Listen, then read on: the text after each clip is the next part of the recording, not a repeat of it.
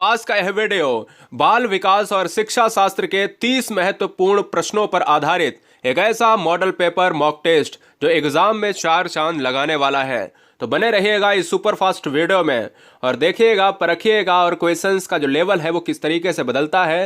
मैं ये मानता हूं कि इस क्वेश्चन पेपर को आपने लगा लिया तो आपका एक कॉन्फिडेंस लेवल है वो बहुत अच्छा हो जाएगा। क्वेश्चन आप गलत करेंगे ये तो तय है, लेकिन सीखेंगे भी बहुत। पहला क्वेश्चन, शारीरिक विकास की गति किस अवस्था में बहुत कम हो जाती है। देखिए, जब भी हम शारीरिक और मानसिक विकास की गति की जब भी बात करते हैं तो दो क्वेश्चन हमेशा याद रखना कि जब भी शारीरिक विकास की गति सबसे तीव्र अवस्था की जो अवस्था पूछी जाए तो तीव्र अवस्था शैशवावस्था में होती है, और शारीरिक विकास की गति अगर बहुत कम पूछी जाए तो जब कम की बात करें तो ऑप्शन नंबर किसके साथ, बाल्यावस्था के साथ लॉक किया जाएगा। अगला क्वेश्चन आपके स्क्रीन पर है दूसरा, वृद्धि के बारे में क्या सही नहीं है। दोस्तों, हर चैप्टर से क्वेश्चन लिए गए हैं। वृद्धि और विकास एक आपका चैप्टर है जहां से क्वेश्चन पूछे जाते हैं। देखिए, वृद्धि क्या होती है। वृद्धि आपकी एक लिमिट समय तक चलती है जो आप सभी को पता है। जैसे आपके शरीर का बढ़ना, आपके शरीर का वजन, आपके शरीर में हाथ पैरों का जो आकार है वो एक लिमिट समय तक रहेगा। चलिए चेक कर लेते हैं वृद्धि के बारे में क्या सही नहीं है। अभिवृद्धि शारीरिक होती है, बिल्कुल सही बात है। अभिवृद्धि मात्रात्मक होती है, एक मात्रा में इसको गिना जा सकता है, इसको तौला जा सकता है, इसको मापा जा सकता है, ये भी सही है। अभिवृद्धि मापनी होती, बिल्कुल सही बात है। यानी आप ये कह सकते हो कि हमारी लंबाई है वो कितने सेंटीमीटर है तो माप सकते हो। और अभिवृद्धि जीवन पर्यंत चलने वाली प्रक्रिया, यही इस क्वेश्चन का आंसर हो जाएगा। यही सही नहीं है। मैंने कहा कि अभिवृद्धि जो होती है वो लिमिट समय तक, भाई एक लंबाई है वो लिमिट समय तक ही बढ़ेगी, यानी जीवन पर्यंत नहीं। विकास जीवन पर्यंत चलता है। अगर यहां पर क्वेश्चन ये होता कि विकास के बारे में कौन सा कथन सही है तो यहां पर ये वाला सही हो जाता। अगर ये पूछता कि विकास वृद्धि के बारे में कौन सा नहीं है तब भी ये आंसर ये हो जाएगा। अगला, गणितीय संरचना का विकार छात्रों में कहलाता है। गणितीय संरचना का जो अक्षमता विकार है, डिसेबिलिटी है, बच्चे कैलकुलेशन में कमजोर होते हैं तो डिसलेक्सिया कहलाएंगे, डिसकैलकुलिया कहलाएंगे, डिस्ग्राफिया या ध्यान अभाव अतिसक्रियता विकार। 30 क्वेश्चन में जो आपका स्कोर है वो मिनिमम 15 का क्वेश्चन रहना चाहिए। ये बात आप तय कर लीजिएगा। मिनिमम, मैक्सिमम तो आप 30 में 30 करें, 30 में 25 करें। देखिए, इस क्वेश्चन का जो आंसर जाएगा वो डिसकैलकुलिया चला जाएगा। डिसकैलकुलिया कैसे याद करोगे? ट्रिक क्या है कि कैलकुलेशन कैलकुलिया यानी कैलकुलेटर से होती है, तो कैलकुलेशन गणितीय में संरचनाओं में होगी, इसलिए इस क्वेश्चन का राइट आंसर भी जाएगा। डिसलेक्सिया होता है पढ़ने का विकार, डिस्ग्राफिया होता है लिखने का विकार। अगला क्वेश्चन स्क्रीन पर 4 नंबर, वृद्धि को प्रभावित करने वाले कारक कौन से हैं। वृद्धि को प्रभावित करने वाला कारक, यानी आप जो वृद्धि की बात करते हो, जो अभी हमने क्वेश्चन नंबर 2 में सीखा है, वृद्धि को एनवायरनमेंट करेगा, बिल्कुल सर करेगा। आपका स्वास्थ्य अच्छा है तो वृद्धि कहीं ना कहीं बहुत अच्छे से होगी, अगर स्वास्थ्य खराब है तो वृद्धि कमजोर होगी। आहार बिल्कुल पड़ेगा, शरीर पर आहार का असर पड़ता है, प्रोटीन, कार्बोहाइड्रेट्स ये सब लोगे तो अच्छा होगा, नहीं लोगे तो शरीर खराब हो जाएगा, इसलिए इन सभी का पड़ता है, ऑप्शन डी जाएगा। अगला, बच्चे की बुद्धि लब्धि 90 से 110 के मध्य में है तो वह है। यह क्वेश्चन बहुत रिपीट हुआ और बहुत बार हमने कराया है। दोस्तों, इस क्वेश्चन का जो राइट आंसर क्या जाएगा, देखिए चैनल पर अगर आप नए हैं या नहीं हैं आप, तो हमेशा ये याद रखिएगा, शिद्दत के साथ पढ़ने के लिए, ईमानदारी से पढ़ने के लिए, और ईमानदारी से अगर एग्जाम में बैठने जा रहे हो, उसको क्रैक करने जा रहे हो, तो ईमानदारी से चैनल को सब्सक्राइब कर लेना। 5वां नंबर का जो आंसर जाएगा वो किसके साथ चला जाएगा? इस क्वेश्चन का जो राइट आंसर जाएगा वो किसके साथ? सामान्य बुद्धि के साथ चला जाएगा। सामान्य बुद्धि वाला बच्चा 90 से 110 IQ के बीच की बात करता है। 70 से कम होगा वो बुद्धि लब्धि में कमजोर बच्चा होगा। यानी क्वेश्चन नंबर 6 आपके स्क्रीन पर ये रहा। हॉल का सिद्धांत निम्नलिखित में किसकी व्याख्या करता है? दोस्तों, क्लर्क हॉल की बात करें, CL हॉल की बात करें तो हम ये कह सकते हैं ये हॉल साहब हैं, और ये हॉल साहब ने बुद्धि की प्रकृति के बारे में नहीं बताया, अधिगम में अभिप्रेरणा की भूमिका के बारे में नहीं बताया, मूल्यों का विकास के बारे में नहीं बताया। अब ये क्लार्क, देखिए बहुत से बच्चे दो परेशानियों से गुजरते हैं। एक तो CL हल को हॉल मान लेते हैं, ये गलत हो जाएगा, तभी मैंने CL हल और क्लार्क हल का नाम लिया। और एक होते हैं स्टेनले हॉल, तो ये स्टेनले हॉल साहब हैं, यानी GS स्टेनली हॉल साहब हैं। और ये स्टेनले हॉल साहब वही वाले हैं जिन्होंने कहा कि भाई किशोरावस्था बड़े ही तूफान और उसकी तनाव की अवस्था है, तो किशोरावस्था का विकास और उसका वर्णन, उस पर स्टडी मिस्टर हॉल ने किया है ना, ये स्टेनले हॉल है। क्वेश्चन नंबर 7, गार्डनर ने 7 बुद्धि का अधिमान सिद्धांत दिया। तो क्वेश्चन में पूछा जाए गार्डनर ने कितनी बुद्धि? 7 बुद्धि दी हैं। इनमें से कौन सा नहीं है? स्थान संबंधी बुद्धि, भावात्मक बुद्धि, अंतर्वैयक्तिक बुद्धि, भाषात्मक बुद्धि। तो देखिए, इस क्वेश्चन का जो राइट आंसर जाएगा वो भावात्मक बुद्धि का आपने सिद्धांत में प्रयोग नहीं किया है, ऑप्शन बी जाएगा। गेस्टाल्टवाद का जन्मदाता किसे कहा जाता है? चिंदी सा प्रश्न है गेस्टाल्टवाद के लिए। तो दोस्तों मैं सभी को बता देता हूं, कोफ़ा कोहलर और मैक्स वर्दाइमर, ये क्या है? ये गेस्टाल्टवादी हैं, गेस्टाल्टवादी हैं। और इस गेस्टाल्टवाद का उदय हुआ था सन 1912 में हुआ था। इसका गेस्टाल्टवाद का मतलब होता है समग्र आकृति या पूर्ण आकृति, यानी समग्रतावाद जो होता है वो होता है गेस्टाल्टवाद। गेस्टाल्टवाद का जन्मदाता कहा जाता है मैक्स वर्दाइमर को कहा जाता है, इसलिए इस क्वेश्चन का आंसर ऑप्शन नंबर ए चला जाएगा। प्रकृति पोषण विवाद निम्नलिखित में किससे संबंधित है? प्रकृति पोषण विवाद जो है निम्नलिखित में किससे संबंधित है, ये आपको लॉक करना पड़ेगा। व्यवहार एवं वातावरण, वातावरण एवं जीव विज्ञान, वातावरण एवं पालन पोषण, या अनुवांशिकी एवं वातावरण। दोस्तों प्रकृति पोषण विवाद निम्नलिखित में किससे संबंधित है? तो वो है अनुवांशिक और वातावरण की बात करेगा, यानी अनुवांशिकी एवं वातावरण लॉक किया जाएगा। ऑप्शन नंबर डी को लॉक किया जाएगा। बालक का सामाजिकरण किससे संबंधित नहीं है? बालक का सामाजिकरण किससे संबंधित नहीं है? आधारभूत मूल्यों को परिवर्तित करने से। क्या ये होगा? वह प्रक्रिया जो तुरंत हो जाती है, औपचारिक तथ्यों को प्रदर्शित करना, आदर्श आकांक्षाओं को गंभीरता से लेना। तो दोस्तों बालक का सामाजिकरण किससे संबंधित नहीं है? तो मैं कहूंगा निगेटिव की बात कर रहा है। देखिए ध्यान दीजिएगा, निगेटिव की बात जब भी करता है इस क्वेश्चन में, स्लाइड ठीक है, कोई समस्या नहीं है। बच्चे कह रहे यहाँ पर थोड़ा सा समस्या है, बिल्कुल सही है, कोई दिक्कत नहीं। सामाजिकरण का मतलब है सोशल डेवलपमेंट। सोशल डेवलपमेंट बच्चे का कैसे होगा? एक समाज में रहकर उसके नियम को जानकर, उसमें थोड़ा समय लगता है। आधारभूत मूल्यों को परिवर्तित करने से बिल्कुल होगा। वह प्रक्रिया जो तुरंत हो जाती है, नहीं है पूछा है, तो दोस्तों यही आंसर हो जाएगा। भैया सामाजिकरण क्या तुरंत हो जाती कि बटन दबाया तुरंत हो गई? ऐसा नहीं है। सामाजिकरण कहीं ना कहीं एक लंबी प्रोसेस प्रक्रिया है और उस प्रोसेस से गुजरने का काम कहीं ना कहीं समय लेता है। अगला क्वेश्चन, प्रेरक संप्रदाय के प्रतिपादक कौन है? प्रेरक संप्रदाय के प्रतिपादक कौन है? कमेंट कीजिएगा। दोस्तों अगर प्रेरक संप्रदाय की जब भी बात होती है तो आपको यहां पर बताना है, तो वहां पर जो आंसर चला जाएगा किसके साथ? मैकडोगल के साथ बच्चे चले जाएंगे। नहीं, ऑप्शन नंबर किसके साथ चला जाएगा? डी के साथ। विलियम मैकडोगल कहे जाते हैं, व्यवहारवाद में एक पुस्तक के लिए जाने जाते हैं, आउटलाइन ऑफ साइकोलॉजी के लिए। अगला, पियाजे के अनुसार संज्ञानात्मक विकास की द्वितीय अवस्था कौन सी है? पियाजे के अनुसार संज्ञानात्मक विकास की द्वितीय जो अवस्था है, तो मैं कहता हूं कि पहली अवस्था कौन सी है? तो ज्ञानेंद्रीय अवस्था है 0 से 5 साल, जन्म से 5 साल। दूसरी अवस्था है 5 से 11 साल, यानी 5 से कितनी है? 5 से, फटाफट बताइएगा, अरे सॉरी माफी चाहेंगे, 0 से 2 साल। और तो बाल्यावस्था बताने लगे थे। बाल्यावस्था और किशोरावस्था से ही रिलेटेड पियाजे ने दिए, लेकिन उन्होंने अपनी अवस्थाओं को बदल दिया।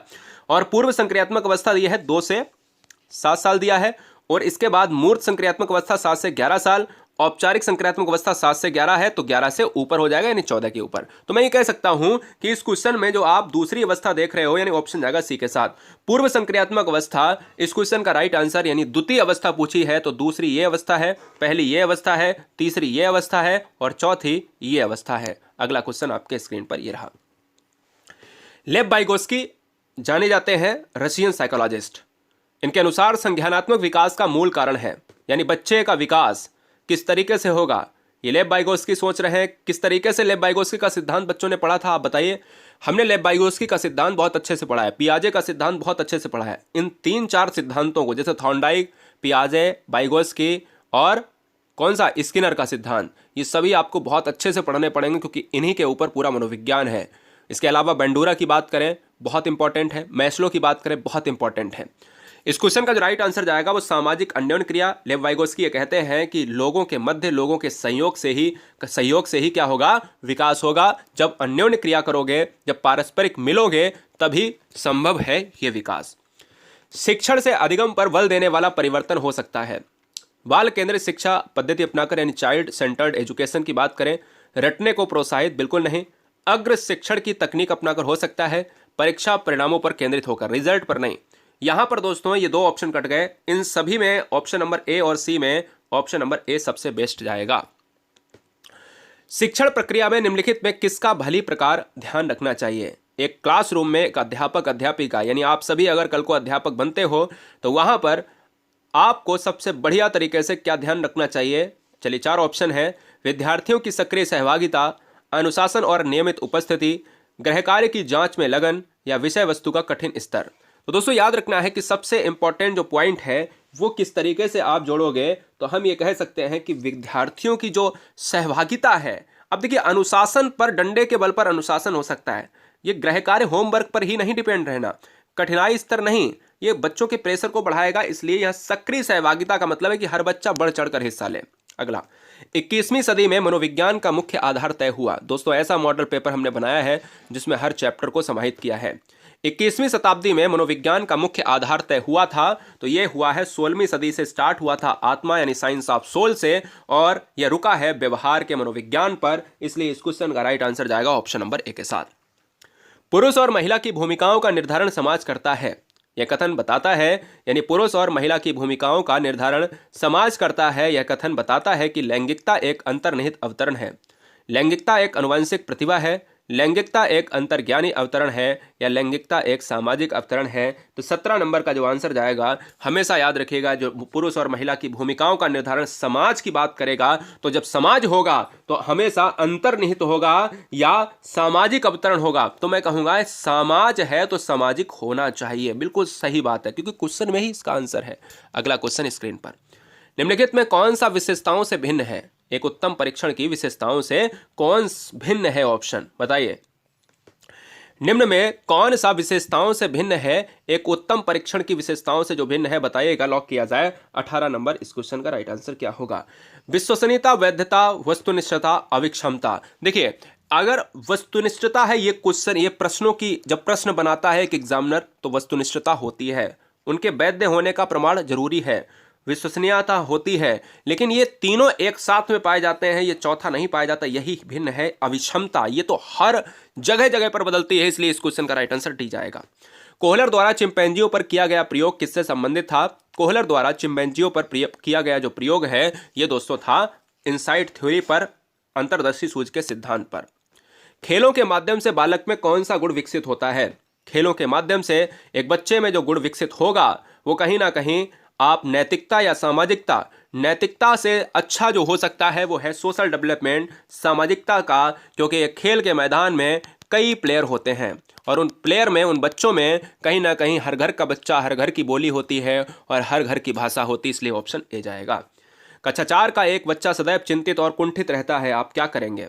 उसे अभिभावक से शिकायत करेंगे, मनोचिकित्सक के पास ले जाएंगे, स्वयं परामर्शदाता की भूमिका का निर्वहन करेंगे। तो इससे बढ़िया क्या हो सकता है दोस्तों? आंसर सी लॉक किया जाए। अगला, एक अधिगम विकलांगता जिसमें लिखावट की कठिनाई शामिल है। दोस्तों हमें लगता है कि क्वेश्चंस को जब कराया जाए तो फालतू का यहाँ पर ड्रामा ना करके क्वेश्चंस को बताया जाए बहुत अच्छी तरीके से, जो कल को एग्जाम में बच्चे प्रेशर ना लें। हमें लगता है कि 30 क्वेश्चन को बताने में जो है बहुत से टीचर्स, देखिए टीचर्स होता है, उसकी गरिमा है और कहीं ना कहीं वो बढ़िया तरीके से पढ़ाने की कोशिश करता है, लेकिन कहीं ना कहीं आज के दौर में प्रेशर को कम करना एक टीचर का दायित्व है। तो टाइम को बढ़ा के बच्चे के ऊपर प्रेशर बनाया जाता है, ये कहीं ना कहीं दिक्कत वाली बात है, क्योंकि वीडियो लंबी करनी है और अगर वीडियो लंबी करनी है तो दोस्तों कहीं ना कहीं फ़ायदा उनका है। ठीक है, तो सिंपल सी बात है कि हमें यहाँ पर लिमिट समय मिल रहा है। हमने आपको कई बार कहा है कि जल्दी से ख़त्म करो, अगली वीडियो का इंतजार करो। एक अधिगम विकलांगता जिसमें लिखावट में, तो लिखावट का मतलब है कि ग्राफिया, और ग्राफिया को मैंने बताया कि डिस्कैलकुलिया आपका गणितीय विकार, डिसलेक्सिया आपका पठन विकार, डिस्ग्राफिया आपका लिखने वाला विकार। अगला क्वेश्चन, प्रगतिशील शिक्षा में बच्चों को किस प्रकार से देखा जाता है? प्रगतिशील बच्चे क्लास में, ये क्वेश्चन सी-टेट में अभी जो हुए हैं शिफ्ट में बहुत पूछा गया, अब ये क्वेश्चन आपके एग्जाम में आ सकता है। प्रगतिशील शिक्षा में बच्चों को किस प्रकार से देखा जा सकता है? बताइए दोस्तों, 23 नंबर का आंसर क्या होगा? तो ये दोस्तों आपका चला जाएगा पॉजिटिव में सक्रिय अन्वेषक। देखिए यहाँ निष्क्रिय है, वयस्क है, खाली स्लेट, गलत हो जाएगा। बच्चे सबसे पहले कौन सी भाषा सीखते हैं दोस्तों? तो बच्चे सबसे पहले राज्य भाषा, राष्ट्रीय भाषा, मातृभाषा, सांकेतिक भाषा। तो बच्चे तो अपने घर की बोली लेकर आएंगे, मातृभाषा, मदर लैंग्वेज, मदर टंग की बात करेंगे, ऑप्शन जाएगा सी के साथ। जब एक बावर्ची खाना पकाते समय, ये थोड़ा सा यहाँ पर मिनट हो गया है, इसको यहाँ पर खाली भरो, 2 स्थान थे, इसको थोड़ा सा मैं अगले क्वेश्चन अगली स्लाइड में कराऊंगा, ठीक है ना। सीखने के लिए आकलन के रूप में देखा जाता है, लेकिन इसको अच्छी तरीके से जब हम टाइप कराएंगे तो कराएंगे, यहाँ पर टाइपिंग में मिस्टेक किया गया है। चलिए 26 देखिए, बाल केंद्रित शिक्षा किसकी देन है? बाल केंद्रित शिक्षा किसकी देन है? तो बाल केंद्रित शिक्षा क्या शिक्षा शास्त्रियों की देन है, मनोवैज्ञानिक निष्कर्षों की देन है, शिक्षा मनोविज्ञान, या फिर ऑल एबव? तो देखिएगा बाल केंद्रित शिक्षा जो है वो शिक्षा मनोविज्ञान के, इसमें ऑल एबव लगा रहे हैं तो गलत हो जाएगा। वेरी वेरी मोस्ट इंपॉर्टेंट है। शिक्षा मनोविज्ञान ने क्या दिया है? तो आंसर बाल केंद्रित शिक्षा। संज्ञानवादी पद्धति के जनक कौन है? मिस्टर वॉटसन नहीं है, व्यवहारवाद के हैं। कोलर कोफा नहीं है, गेस्टाल्टवाद के हैं। ये क्या हैं? ये हैं गेस्टाल्टवाद के, ठीक है ना, गेस्टाल्टवाद के हैं। जीन प्रयाज, ये क्या है, ये हैं आपके संज्ञानवाद के, ठीक है ना, ये आपको याद रखना है। ये क्या है, व्यवहारवाद के हैं, ठीक है। तो इस क्वेश्चन का राइट आंसर क्या जाएगा, ऑप्शन नंबर बी के साथ। अशाब्दिक बुद्धि परीक्षण का प्रयोग किया जा सकता है। अशाब्दिक बुद्धि परीक्षण का प्रयोग जो है किया जा सकता है सभी आयु वर्ग के व्यक्तियों के लिए, अशिक्षित के लिए, सिर्फ बच्चों के लिए, शिक्षित एवं शिक्षित दोनों प्रकार के व्यक्तियों के लिए। अशाब्दिक बुद्धि परीक्षण का प्रयोग जो किया जाता है वो किसके लिए किया जाएगा, तो दोस्तों इस क्वेश्चन का जो राइट आंसर जाएगा वो अशिक्षित बच्चों के लिए या अशिक्षित लोगों के लिए, क्योंकि प्रथम विश्व युद्ध के दौरान शाब्दिक परीक्षण, बुद्धि परीक्षण हुआ था जो लिखे पढ़े लोगों के लिए था, पढ़े लिखे लोगों के लिए था, और अशाब्दिक बुद्धि परीक्षण जो है ये अशिक्षित लोगों के लिए है। और याद रखिएगा इनका प्रयोग कैसे करते हैं, इनका प्रयोग सिंबल्स के द्वारा, इशारों के द्वारा हुआ करता था। ऑप्शन जाएगा बी के साथ। स्मृति को निम्न विधि से मापा जाता है। जो स्मृति होती है, मेमोरी होती है। मेमोरी क्या है, जो चीज हम ज्यादा देर तक, ज्यादा दिनों तक याद कर सकते हैं वही आपकी मेमोरी है। पुनरुत्पादन, जिसको रिकॉल यानी याद करना, साक्षात्कार, अवलोकन, प्रयोग।